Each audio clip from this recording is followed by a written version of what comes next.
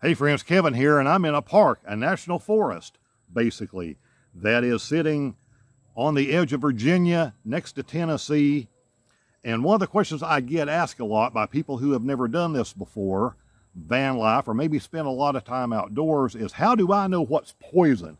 Between poison ivy and poison oak and poison sumac and all that stuff. How can I tell? Well, I want you to look around as I go through this video. I'm going to tilt the camera back here just a tad. How much poison stuff do you see behind me? If you look real close, I guarantee you can pick out a couple of different types. So this is my attitude with stuff. I don't walk around from place to place trying to figure out if every little thing I'm getting ready to walk through is poisonous or not. And I'm not trying to be funny by saying this, but if it's not manicured grass, I assume that it is poison. And I can tell you there are campgrounds around here, and this just freaks people out that come from the north a lot of times, or that have never spent a lot of time outdoors really in nature, even if they're from the south.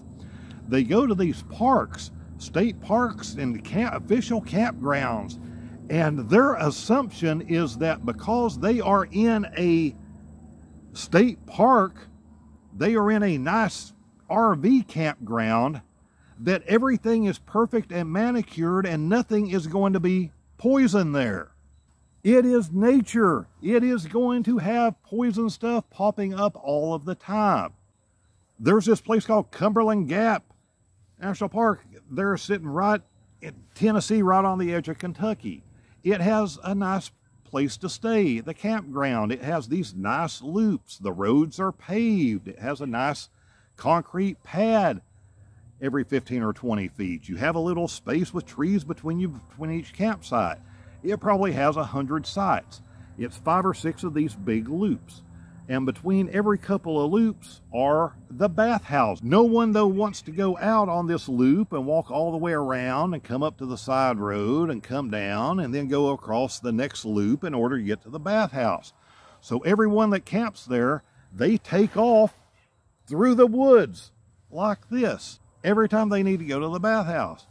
And the next day, they can't figure out why they and all of their children are eat up with poison ivy, because their expectation was that the park took care of that stuff. So if you're an old hand at this, let me know down in the comments, because you have probably run into these situations places you have been, both with seeing stuff that is poison plants and also seeing the poor people that came to camp there and have a weekend or their week's vacation that were just eaten up and miserable by this stuff. And if you're new to this, don't feel bad. I'm not trying to make fun of you, but I am telling you, I've spent time. I was in the military. Heck, I've been in foreign countries having to deal with this stuff. Even having grown up in this area, I cannot tell you with 100% accuracy the difference between that plant and that plant and that plant and that plant. I can stand there and look at them, and I can be pretty confident that 2 out of those 4 are poisonous. But when you're dealing with hundreds of different of these things, as you're trying to go from place to place, up hiking trails and out through the woods, you don't have to be wrong but once.